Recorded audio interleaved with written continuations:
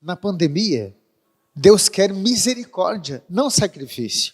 Nós vemos no Evangelho, Jesus sendo arrochado pelos doutores da lei, pelos fariseus, que entendiam muito de lei, viu? Faziam sacrifício, mas não tinham misericórdia, não tinham compaixão. Eles não tinham piedade, eles não tinham amor para com o próximo. E a definição justamente da misericórdia é isso. Preste atenção no que o padre vai explicar. Misericórdia significa ter um sentimento de piedade, ter um sentimento de caridade, ter um sentimento de amor, ter um sentimento de compaixão diante da infelicidade do outro. Eu não sei se você é assim, quando você vê uma pessoa sofrendo, você sente alguma coisa? Vamos dizer, quando você está passando na rua, vê alguém pedindo alguma coisa, você sente compaixão? Você se coloca no lugar daquela pessoa? Ou você é daquele que empina o narizinho e como se aquela pessoa não tivesse nada a ver com você? Olha, filha, eu vou dizer para você, em Mateus 12, 7, Jesus diz: eu quero a misericórdia e não o sacrifício. Jesus, na verdade, está citando aqui uma passagem lá do Antigo Testamento. E é interessante que o sentimento de Deus é justamente um sentimento misericordioso. Eu às vezes fico pensando, o que seria de mim, o que seria de você, se Deus não fosse tão misericordioso? Porque, vamos e venhamos, nós somos tão miseráveis muitas vezes, nós somos tão pecadores, mas Deus parece que se coloca no nosso lugar, Ele desce até a nossa miséria, Ele sente compaixão, Ele tem piedade, Ele ama até aqueles que parece que não merecem. É ou não é assim? Você não sente que é assim que Deus trata você? Deixa eu contar aqui um testemunho que essa semana até postei nas redes sociais, muito forte. Eu estava aqui na secretaria da paróquia São Rafael Arcanjo, e de repente chega uma senhora empurrando um carrinho de lixo. Eu jurava que ela vinha pedir alimento, porque tem muita gente vindo pedir alimento nesse tempo de pandemia.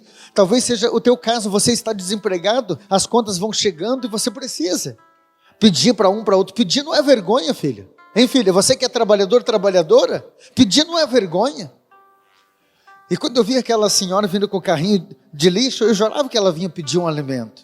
Mas não. Quando ela chegou, ela logo foi tirando uma cesta básica de dentro do carrinho e deu como doação, porque ela tinha recebido mais de uma cesta. Então ela veio compartilhar com aqueles que tinham menos do que ela. Está entendendo? Olha o sentimento, porque uma pessoa que é orgulhosa, uma pessoa que não sabe partilhar, que não tem noção de misericórdia, o que a pessoa pode pensar? Eu vou guardar, né? É como Jesus que diz, aquele que quer encher o celeiro para o futuro, pode ser que vá se decepcionar, porque a gente não sabe do dia de amanhã. O dia de amanhã pertence a Deus. Mas logo Deus tocou no coração daquela mulher que tinha noção de misericórdia e fez ela refletir. Tem tanta gente que não tem nada, e se eu ganhei duas, eu não posso partilhar uma? E aí quando eu postava nas redes sociais, eu postava esse testemunho, eu logo fiz uma pergunta: o que esse testemunho quer dizer para você? Porque para mim me disse tanto. E Jesus mostra na palavra, por exemplo, em Lucas 15, que Ele é capaz de deixar 99 ovelhas para ir atrás de uma perdida. Jesus se compara ao bom pastor, no capítulo 15 de São Lucas, e diz assim: o bom pastor não é aquele que fica feliz porque tem 99 ovelhas. Não, é aquele que se compadece daquela que está perdida. Então Ele é capaz de deixar as 99 e ir lá atrás daquela. Ele tem noção de misericórdia e compaixão. Ainda mais, o coração de Jesus é um coração tão misericordioso que em Mateus 9,36 a palavra de Deus diz assim: Jesus sentiu compaixão. O que quer dizer compaixão? A palavra paixão significa sofrimento, tanto é que quando a gente fala paixão de Cristo, quer dizer o quanto Jesus sofreu por nós. Então compaixão é sofrer com o outro. Jesus sente compaixão, Ele sofre com aqueles que estão tristes e abatidos. No contexto de Mateus 9,36, Jesus está dizendo que Ele sente compaixão das pessoas que estão tristes e abatidas como ovelhas sem pastor. Se você soubesse como que Jesus fica com o coração dilacerado quando vê você triste, quando vê você perdido, quando vê você perdida. Talvez você chegou a uma situação na tua vida que você mesmo disse para você: eu me vejo perdido, eu me vejo tão abatido. Talvez a depressão está batendo na tua porta. Talvez você esteja até com as pessoas, mas você sente que as pessoas não estão com você. Tem pessoas que parece que estão morrendo solitárias, mesmo estando cercado de pessoas. Porque no mundo de hoje parece que ninguém está nem aí para ninguém. É ou não é assim? Mas o Senhor lá de cima, filho, lá de cima, Ele olha para você, ovelha perdida, e o coração dele fica totalmente aflito. Porque Ele vê que você está abatido, Ele vê que você está abatida. Não pense que Jesus não está sofrendo com o que está acontecendo. Não pense que Jesus não está sofrendo com essa pandemia que está assolando o mundo todo. Agora, eu preciso dizer para você, como é que Deus vai agir na vida das pessoas? Tocando no nosso coração para que a gente possa ajudar. Tem tantas ações solidárias que a gente vê na igreja hoje, pessoas ajudando, arregaçando as mangas para ajudar aqueles que necessitam. Mas tem gente que está lá, ele já encheu bem os armários, ele tem até uma rendinha boa, então ele está tranquilo. Olha, gente, nós ficamos fazendo apelo na igreja, a gente diz: por favor, nos ajudem, as portas da igreja estão fechadas, nós precisamos da doação, do dízimo, das ofertas dos fiéis. Tem gente que nem tchum. É como se você não tivesse compromisso com a palavra de Deus. Ô filha, se você não nos ajudar como igreja, como que nós vamos continuar evangelizando? Mas graças a Deus, eu digo, tem muita gente misericordiosa, porque é impressionante, eu digo como pároco, às vezes a nossa equipe vem testemunhando, dizendo: pároco, o senhor acredita que nós conseguimos fechar as contas, não vai faltar esse mês? Eu digo: é claro que não vai faltar, porque Jesus toca nos corações misericordiosos. Nesse tempo de pandemia, Jesus quer a sua misericórdia, não sacrifício. Padre, mas o que é o sacrifício? Eu vou explicar. Sacrificar vem do latim sacrifícios. No Antigo Testamento nós vemos várias ações de sacrifícios. Se preparava o sacrifício do cordeiro, que era chamado de holocausto, né? Então se matava o cordeiro, aquela fumaça era oferecida a Deus. Agora, o próprio Jesus vem falar uma passagem do livro de Oséias. Preste atenção no que o padre está explicando. No livro de Oséias, a palavra de Deus já dizia assim, Oséias 6,6: eu quero misericórdia, eu não quero sacrifício. O conhecimento de Deus mais do que qualquer holocausto. Olha aqui, quer ganhar o coração do Senhor? É o conhecimento da palavra de Deus e um coração misericordioso. Vai ganhar o coração de Jesus. Por favor, filho, você precisa abrir mais esse coração para a necessidade do próximo. Pelo amor de Deus, talvez o teu vizinho, a tua vizinha está precisando abençoado. Que você sabe que está desempregado, está precisando da tua ajuda. E você não olha para a necessidade do outro como se não fosse compromisso seu. É claro que é compromisso teu, porque nós somos filhos do mesmo Pai. E se você conhece a Deus, você vai se inclinar para um coração misericordioso. Quando a palavra fala do sacrifício, também tem uma derivação do latim, sarcer, facere, que significa sacrificar, fazer para Deus. Olha, sacrificar, fazer para Deus. Tem muitas pessoas que trabalham tanto na igreja, estão servindo muito a casa do Senhor, mas não o Senhor da casa. Vê se você consegue entender esse trocadilho. Tem muita gente servindo muito a casa do Senhor, mas não o Senhor da casa. Tem gente que não sai da igreja, vive ocupado com as coisas da casa do Senhor. Ele faz um monte de coisa, mas o que mais o Senhor quer que você faça, talvez você não faz. Que é você amar aquela pessoa de dentro da tua casa que parece que nem merece, meu Deus do céu. É você ter compaixão daquela pessoa, é você perdoar.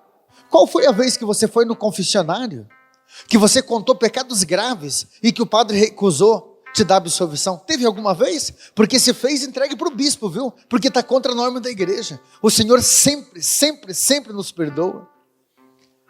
E você não pode ser misericordioso, filho? Filha, você não pode ser misericordiosa com aquela pessoa que errou, por mais que errou feio contra você. E você não vai viver bem enquanto você não for mais misericordioso, enquanto você ficar pautado na lei. E Jesus nunca foi contra a lei judaica, Jesus era um bom judeu. Mas Jesus veio mostrar que a misericórdia está acima de qualquer lei.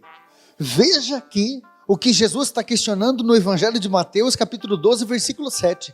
Jesus estava pegando espigas de milho para matar a fome dos discípulos. Presta atenção.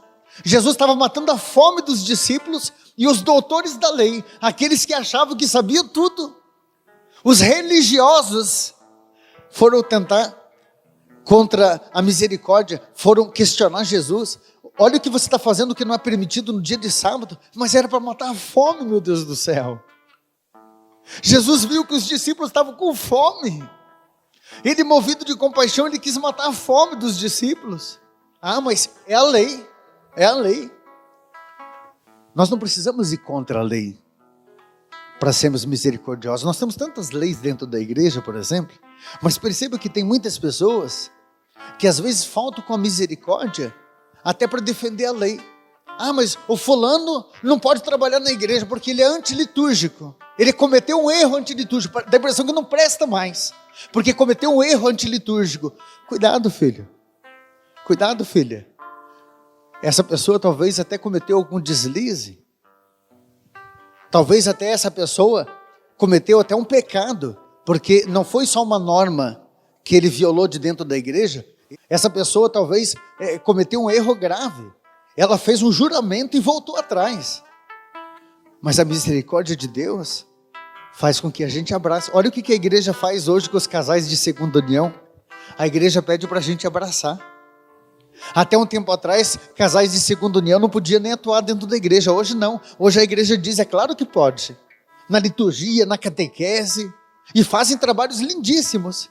Porque a igreja, mais do que está pautada em leis e normas, a igreja é misericordiosa. E olha, eu vou encerrando aqui dizendo para você uma coisa. Quando uma igreja é verdadeira, quando uma religião é de Deus, ela é pautada na misericórdia. Ela é acolhedora. Uma religião de verdade é aquela que ensina a amar, aquela que ensina a perdoar, aquela que ensina a você a ser compassivo, a ser generoso. Porque religião de verdade, ela ensina a misericórdia e nos leva a viver a misericórdia. Quando uma pessoa está servindo uma determinada denominação religiosa, mas não é misericordioso, está vivendo igual os fariseus, os doutores da lei. Eu vou encerrando aqui, colocando alguns textos bíblicos do Antigo Testamento, que reforçam o tema de hoje. Na pandemia, Deus quer misericórdia, não sacrifício. Provérbios 21, 3. Fazer justiça e juízo é mais aceitável ao Senhor do que qualquer sacrifício. De que me serve a mim a multidão dos vossos sacrifícios, diz o Senhor? Eu já estou farto de holocaustos de carneiros. Nem me agrado do sangue do bezerro, nem do cordeiro, nem de bodes. Isaías 1, versículo 11. Olha o que diz a palavra em Jeremias 7, 22. Porque nunca falei aos vossos pais no dia que os tireis da terra do Egito, nem lhes ordenei coisa alguma acerca dos holocaustos e sacrifício. É o Deus que demonstra para nós que depois daquele sacrifício que houve do próprio Filho, o único sacrifício que Deus quer de você é o sacrifício que a gente chama o sacrifício de ação de graça, o sacrifício de exaltação, o sacrifício de louvor a Deus. Porque havia no Antigo Testamento várias formas de sacrifício. O mais comum era o chamado sacrifício para a remissão dos pecados. E é claro que Deus testa a nossa fé, como testou Abraão, né? Pediu para Abraão sacrificar o próprio filho, mas Deus não quer aquele sacrifício. Deus diz, era só para testar a tua fé. Deus quer, na verdade, a sua misericórdia. Quando Jesus morre por cada um de nós, nos ensina, a palavra de Deus e a doutrina da igreja, que ali Ele derramou sangue por cada um de nós. Quando Jesus morreu ali, aquele sacrifício perdoou os nossos pecados. A partir daquele momento, ninguém mais precisa se sacrificar. Nós hoje participamos da Santa Missa, da mesa do sacrifício, que é a mesa do altar, para que elevarmos a Deus ação de graças pela nossa vida, pela nossa saúde, pelas bênçãos que Deus nos dá, pela palavra que transforma a nossa vida. Então, o sacrifício que nós devemos fazer hoje é sacrificar as nossas próprias vontades para viver a palavra de Deus. Quer agradar a Deus? Faça com que a sua vontade seja amordaçada para fazer a vontade de Deus. É uma renúncia, é um sacrifício. Mate os desejos da carne. Não precisa matar mais cordeiro nenhum. Mate as suas vontades para fazer a vontade de Deus. Tem pessoas de dentro da tua casa precisando da misericórdia. Tem pessoas no teu trabalho, na tua escola, lá na faculdade, precisando da sua misericórdia, filho. E se você for misericordioso, você vai ganhar essa alma para Deus. E um dia Jesus vai te dar um abraço gostoso, vai dizer muito obrigado por fazer aquilo que eu te ensinei. Obrigado, Senhor. Louve, bendiga o Senhor. Mesmo que você esteja vivendo algum momento difícil na tua vida, quer agradar a Deus, louva, bendiga o Senhor. Ofereça esse sacrifício agradável aos olhos dele, que é os louvores, as glórias por aquilo que ele nos fez. Obrigado, Senhor.